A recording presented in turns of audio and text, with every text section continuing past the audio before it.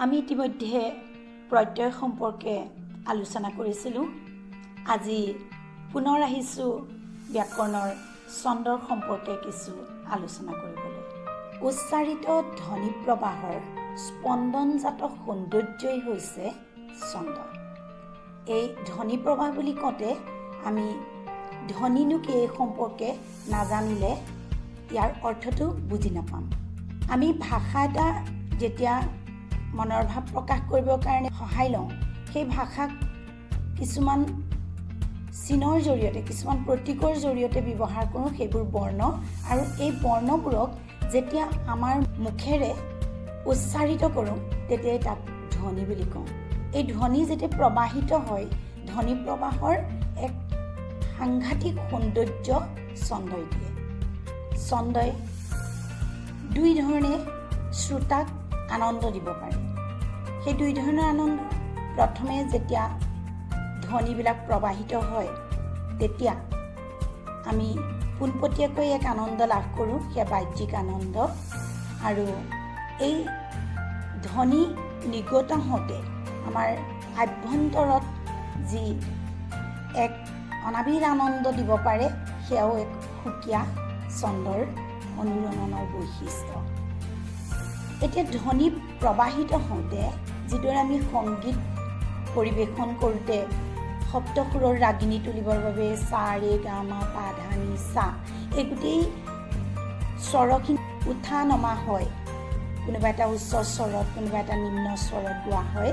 ঠিক তেনেদৰে কোনো কবিতা এটা আবৃত্তি কৰিবলৈ যাওঁতে অথবা কথা কওঁতে, সুন্দৰ কলাসুলভভাৱে কথা কওঁতে আমি ছন্দৰ প্ৰয়োগ কৰোঁ, আৰু সেই সময়ত ছন্দই এক স্পন্দিত লয়লাস গ্ৰহণ কৰে।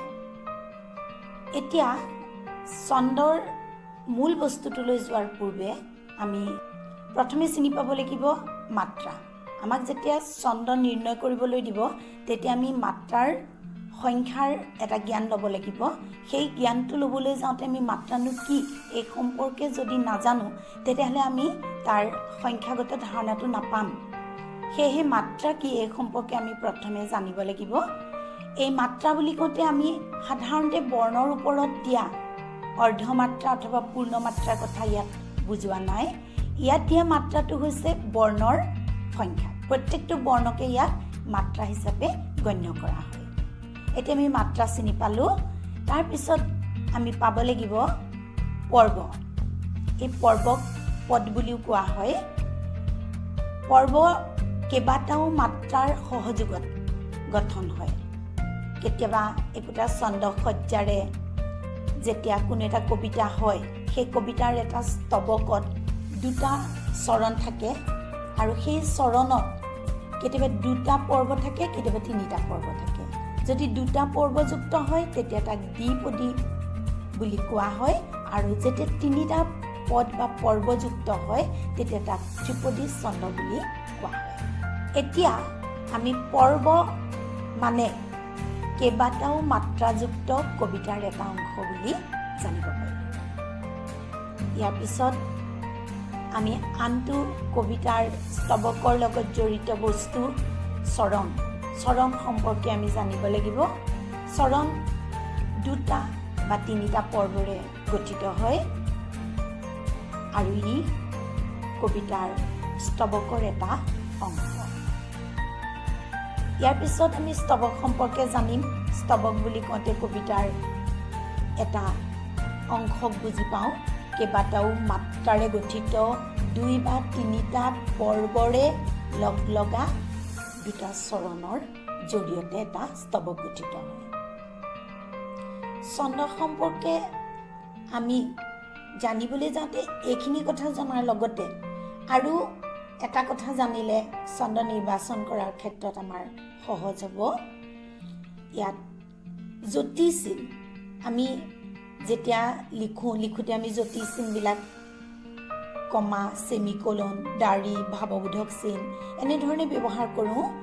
কিন্তু এই কাব্য সাহিত্যৰ, বিশেষকৈ পুৰণি কাব্য সাহিত্যত ছন্দৰ য'ত প্ৰয়োভৰ দেখা গৈছিল, তাত এই জ্যোতিচিহ্নবিলাকক সাধাৰণতে অৰ্ধজ্যোতি আৰু পূৰ্ণজ্যোতি এই দুই প্ৰকাৰৰ জ্যোতিচিহ্ন বেছি পৰিমাণে ব্যৱহাৰ কৰা দেখা যায়। এতিয়া অৰ্ধজটিনো কি?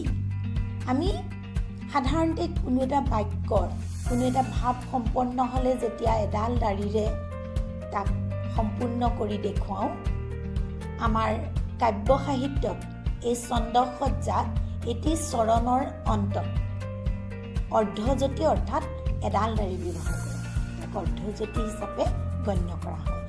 আকৌ পূৰ্ণজতি দুডাল দাঢ়িৰে দেখুওৱা হয়। পুৰণি কাব্য সাহিত্যত দুডাল দাঢ়ি যেতিয়া ব্যৱহাৰ কৰে তেতিয়া ভাৱ সম্পূৰ্ণ হয়। বহু সময়ত দুটা চৰণৰ অন্তত এটা স্তৱকৰ শেষত দুডাল দাঢ়িৰে পূৰ্ণজ্যোতি দেখুওৱা হয়। ছন্দসজ্জাই মূলতঃ কাব্য সাহিত্যৰ কথাত গুৰুত্ব দিছিল, এইকাৰণেই যে আমাৰ পুৰণি সাহিত্য প্ৰধানকৈ কাব্য সাহিত্য আছে। আমাৰ ভাৰতীয় সাহিত্যলৈ যদি চাওঁ, ৰামায়ণ মহাভাৰতৰ দৰে এই বিখ্যাত ধৰ্মগ্ৰন্থবিলাকো কাব্য সাহিত্যতহে আছিল। আৰু এইবিলাকত ছন্দসজ্জাৰ প্ৰয়োগ যেতিয়া কৰিছিল তেতিয়া সাধাৰণতে অৰ্ধজতি আৰু পূৰ্ণজতি চিন দুটাৰ অধিক পৰিমাণে ব্যৱহাৰ কৰিছিল। এই কাব্য সাহিত্যৰ ধাৰাটোৰ মাজৰ পৰা গদ্য হিচাপে আমি লাভ কৰিছিলোঁ ভট্টদেৱৰ দিনৰ পৰা। ভট্টদেৱৰ সম্পূৰ্ণ নাম বৈকুণ্ঠনাথ ভাগৱত ভট্টাচাৰ্য। তেখেতে পোনপ্ৰথমে গদ্য সাহিত্যৰ প্ৰৱৰ্তন কৰিছিল, যাৰ বাবে তেখেতক গদ্য সাহিত্যৰ জনক বুলি জনা যায়। ছন্দসজ্জাৰ লগত জড়িত এই অংশসমূহৰ লগতে অন্ত্যানুপ্ৰাস নামৰ আন এটা অংশও আছে।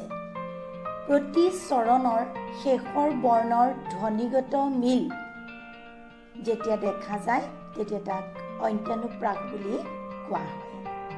সাধাৰণতে মিত্ৰাক্ষৰ ছন্দসজ্জাৰ ক্ষেত্ৰত এই অন্ত্যানুপ্ৰাস দেখিবলৈ পাওঁ। এতিয়া আমি আহিম ছন্দসজ্জাৰ ভাগসমূহলৈ। ছন্দ মূলতঃ আমি দুটা ভাগত ভাগ কৰিব পাৰোঁ, মিলিনান্ত বা মিত্ৰাক্ষৰ ছন্দ আৰু অমিলিনান্ত বা অমিত্ৰাক্ষৰ ছন্দ। ইয়াৰ উপৰিও মুক্তক ছন্দ, স্পন্দিত গদ্য হিচাপে আমি আৰু দুটি ভাগ লাভ কৰিম। আকৌ এই মিত্ৰাক্ষৰ ছন্দৰ বহুকেইটা ভাগ আছে, যিকেইটা ভাগক চিনি পাবলৈ হ'লে আমি মাত্ৰাৰ সংখ্যা সঠিক ৰূপত জানিব লাগিব। এই সম্পৰ্কে আমি ইয়াৰ পিছৰ আলোচনাত বহুলভাৱে আগবঢ়াম। আজি ইমানখিনি আমি সম্যক ধাৰণা লাভ কৰিলোঁ।